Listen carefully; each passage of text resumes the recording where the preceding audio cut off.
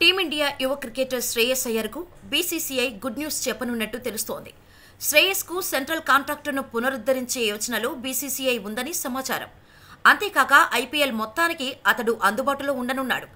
గాయం తిరిగి పెట్టడంతో లీగుకు శ్రేయస్ దూరమవుతాడని వార్తలు వచ్చిన సంగతి తెలిసిందే. కాగా ఇటీవల బీసీసీఐ ప్రకటించిన సెంట్రల్ కాంట్రాక్టు లిస్టులో శ్రేయస్ అయ్యర్, ఇషాన్ కిషన్కు చోటు దక్కని విషయం తెలిసిందే. దేశవాళీ క్రికెట్లో ఆడటానికి ఆసక్తి చూపట్లేదని కారణంతో వారిద్దరికీ కాంట్రాక్టు తొలగించారు. అయితే శ్రేయస్పై వేటు వేసిన బీసీసీఐ వైఖరిపై తీవ్రంగా విమర్శలు వచ్చాయి. శ్రేయస్ అయ్యర్కు మద్దతుగా మాజీ క్రికెటర్లు, నెటిజన్లు తమ అభిప్రాయాలు వ్యక్తం చేశారు.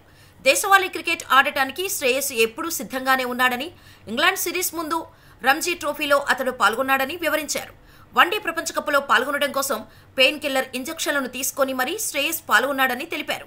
సెమీఫైనల్లో న్యూజిలాండ్పై సెంచరీ చేసి జట్టును గెలిపించాడని గుర్తు చేశారు. మరోవైపు ఆటకు దూరమైన హార్దిక్ పాండ్యా, రిషబ్ పంత్లకు ఏ ప్రాతిపదికన సెంట్రల్ కాంట్రాక్టులను ఇచ్చారని ప్రశ్నించారు. దీంతో BCCI Shreyas Iyer central contract గురించి పునరాలోచనలో పడింది. కాగా మార్చి 22 నుంచి జరగనున్న ఐపీఎల్కు శ్రేయస్ అందుబాటులో ఉండటం అనుమానమే అని వార్తలు వస్తున్నాయి.